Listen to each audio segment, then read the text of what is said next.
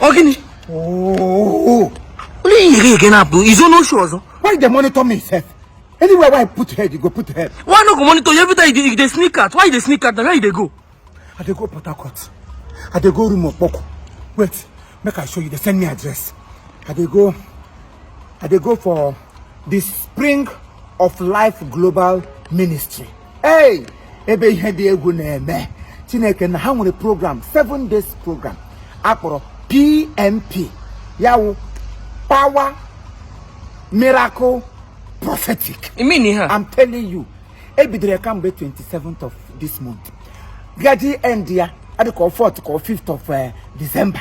The program is still on as I'm talking to you. But that was 2nd of December night vigil.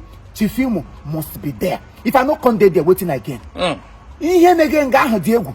Imama otam no ga nation every time. Ozwo na na poster ho ebe chire ndomi say rice, say ji, say wheat here, say ego, say umu ihe niile na eri di iche. Muna go to let me venture.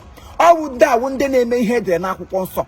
Akwụkwọ nsọ so mgbe ahụ Christ kpọkọtara feed 5,000 people with ordinary how many fish and loaf of bread.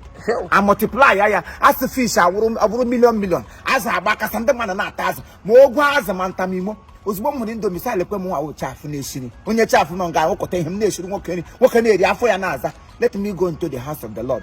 Nga ihe a na-esheshi m na-eshikwanụ m na-ebu because inyecha mmadụ okwu Chukwu nke mkpụrụ obi ga-enye ya nri nke ọnụ ahụ. You have not fulfilled the ministry and the word of God. You must give the spiritual food, then also give the fleshful food. English. So what you're trying to say is that I get rice there. Also rice is understatement. Indomie one top of statement. You mean G one top of it. Money. I say I get eyeglass free. Ndanya na otu ampago gba ampago na ada akwụkwọ. Give me so go kunga he we eyeglass nye kopra. See and go and read unto the word of God. Ya ji egono okwu Chukwu. Ma ihe niile wo ngozi Chineke na-enye asị aha pastor again. Aha ya wo cherekwa aha pastor wo nke nwaanyị aha ya wo prophetess Mrs. Ichechi Nsirim.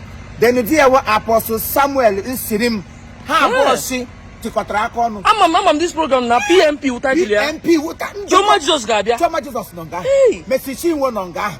And every other members of God ministry, singers, and everybody not there. You mean so let us go and then also I am happy when they say to me, let's go to the house of the Lord. What am I no? Odi kunanita. I don't make shit tapam. Man shall not live by bread alone. Ya gari ya itu oku Chineke mambata. You got to go. So please on the 2nd I will be there and so many others come and be blessed. Over them got the room of water. Port Har Court, here I come. Oh,